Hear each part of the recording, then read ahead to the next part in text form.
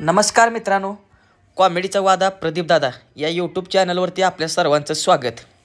आता मी काम करत असताना माझ्या पण हाताला हातभार लावण्याचा निर्णय कोमलनं घेतला आणि तिचं काहीतरी करून दाखवण्याचं स्वप्न पूर्ण करण्यासाठी तिनं पुण्याला मेकअप आर्टिस्टचा कोर्स लावला. आता खरं सांगायचं म्हणजे पुन्हा आमच्यापासून 250 किलोमीटर लांब. मग त्यामुळं कोमल तिथंच राहिला आणि मी इकडं कारखान्यावर. आता खरं तर आठवड्याची सुट्टी माझा तिला भेटायला जायचं ठरवलं. चला म्हणलं आता एस टीचा प्रवास न करता निसर्गाचं वातावरण, पावसाळ्याचा दिवस, चला म्हणलं मोटरसायकलवर जाऊया. म्हणून मी आणि शंभू तब्बल 250 किलोमीटरचा प्रवास, 4 ते 5 तासाचा प्रवास मोटरसायकलवर जायचं ठरवलं. आणि मोटरसायकल म्हणलं की शंभू बी तितकाच उड्या मारायचा.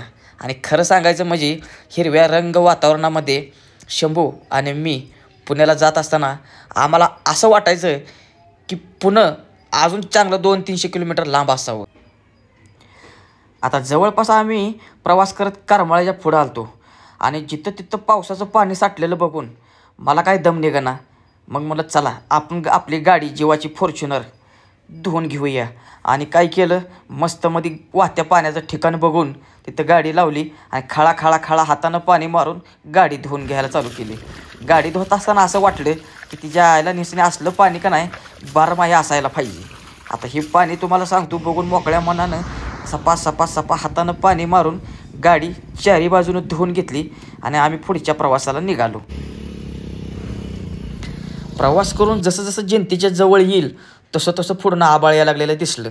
आता म्हणलं 100% आपल्याला पाऊस गाठणार कुठंतरी. पण पावसाळ्याचा दिवस असल्यामुळं आम्ही बी खूप तयारीनं आलेलो होतो. छत्री, रेनकोट सगळं आमच्या सोबतच होतं. डिस्काळ चौकात आलं तेच पाऊस दाबा चालू झाला. ती 15 ते 20 मिनटात सगळीकडे पाणीच. 20 मिनिटानं पाऊस उघडल्यानंतर आता म्हणलं पुढचा प्रवास. पाऊस कमी होता आला, आता झालाय कमी. या मार्गाने भिगवणला आम्हाला पुढच्या प्रवासाला जायचं आहे. साधारण अजून पुढे आम्हाला 3-3.5 तास पुण्यामध्ये पोचायला लागते. जाऊया, एन्जॉय करत निसर्गाचा अनुभव घेत. आणि चला शंभू आता म्हणते पाऊस उघडलाय. अरे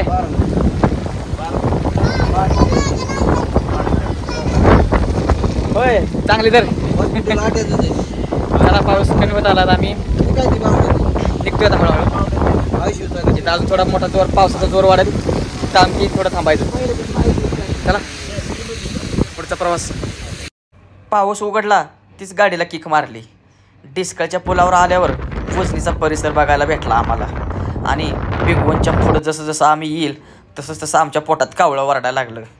शंभू म्हणला मला पण पप्पा भुका लागल्या त्या, आता आपण कुठंतरी जेवण करायला पाहिजे. मग आम्ही पट्टदिशी गाडी साईडला लावली. तिथं आम्ही येताना सोबत घेऊनच 4-5 चपात्या, शेंगदाण्याची चटणी, शंभूसाठी आईस्क्रीम आणि जाम आणि चपाती सोबत घेऊनच आलतो. सावली बघून गाडी लावली आणि जेवण केलं.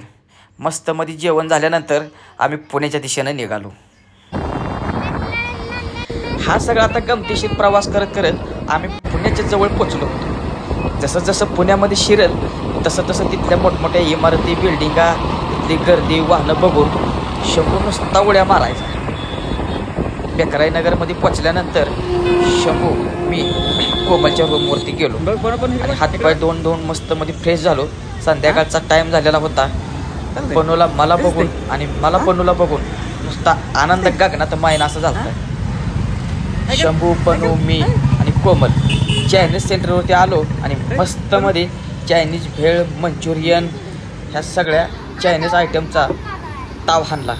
आणि मस्तमध्ये तुम्हाला सांगतो हा रात्रीचा प्रवास, पुण्यातलं वातावरण, लाईट, डेकोरेशन शंभूला बघून पण खूप भारी वाटायला लागलं. खरं तर मित्रांनो हा पुण्याचा प्रवास शंभूसाठी पहिल्यांदाच होता. त्यामुळे मित्रांनो तुम्हाला व्हिडिओ आणि हा ब्लॉग कसा वाटला आणि कमेंटमध्ये नक्की कळवा. फेसबुक, इंस्टाग्राम, यूट्यूब या तिन्ही साईटवरती जाऊन प्रदीप दादा या सर्च करून प्रत्येक आयडीला फॉलो करून सबस्क्राईब करायला विसरू नका. धन्यवाद मित्रांनो. असाच सपोर्ट राहू द्या. एवढीच इच्छा.